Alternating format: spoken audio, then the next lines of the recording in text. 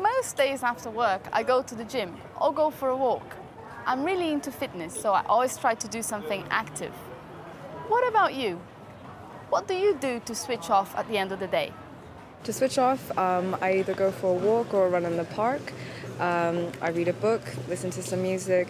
Well, by the end of the day, I love to be outdoors, like to exercise, so go for either a walk along the beach or maybe a swim at the beach or maybe a cycle or something like that. If I've had a busy day, I like to come home, shut the door and have a long hot bath. I like to read nonfiction, like to read autobiographies. I read that a lot. Sometimes I just like hanging out with friends and just cooking a good meal and just taking it easy. At the end of the day, perhaps read a book.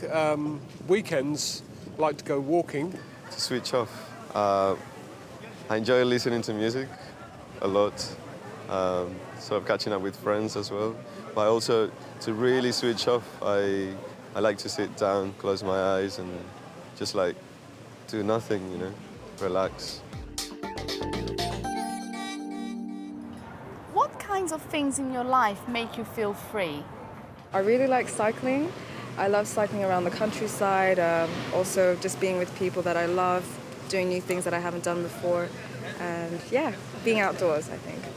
I suppose my life is quite regimented.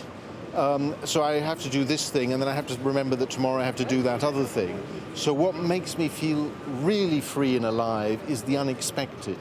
And the really wonderful thing is when you think you've got to do a whole lot of things and they're cancelled or postponed, and suddenly you think, I've got an afternoon in which I can do whatever I like. It doesn't really matter what you do. You can just wander around, but that is liberating.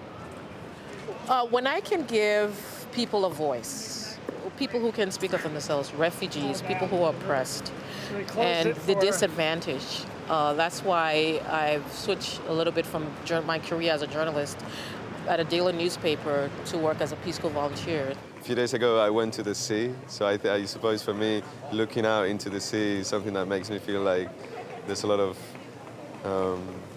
space, that I have a lot of space. Also nature, going into the forest, you know, being with a good company who can listen is really important as well. Go outdoors, exercise, play golf, cycle. We live near a lake and a beach, so we like to be out near either, just to be outdoors or maybe travel. That, you know, makes you feel alive. In what period of your life have you felt the most free? I think I've felt the most free whilst being at university. It's been a great opportunity to meet people, to travel to places with friends that I've met here, and just to learn. When I'm in a learning environment, I think that's the freest you can be. So, yeah. I think in two periods. I think in my late teens and early 20s, as a student, it seemed anything and everything was possible. Wonderful period. Middle life, lots of responsibilities, so I felt less free. But now in my 50s, there's a kind of new, more freer period where there is space to travel and do kind of unexpected things, which is really enjoyable. Oh, when I moved to the United States in 1990, where I could enjoy press freedom, where I could write stories without thinking about, you know, being arrested or being interrogated like I experienced in Liberia. I probably felt most free when I was 19 or 20. I was studying art at college and I was doing what I wanted every day and I had no responsibilities. Do you think young people have more freedom now than in the past?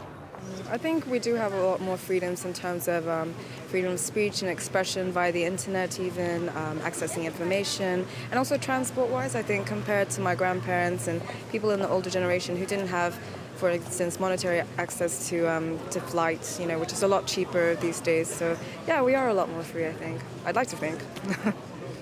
I think teenagers, the teenagers that I know, have less freedom than I had when I was a teenager.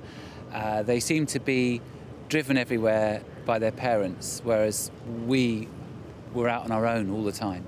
With the advancement of social media and cell phones and all kinds of multimedia, I mean, kids are they can just take the whole world apart, regardless of what regime they live under.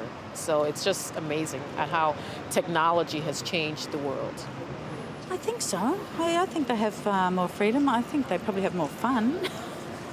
I think it's a yes and no answer. I think in some ways advances in technology give them a lot more freedom to travel, communicate through the internet, phones. But on the other hand, my younger daughter, who's 27 now, has only just been able to leave home because finding somewhere to live is so difficult and so expensive. So I think young people have got it pretty tough in lots of ways.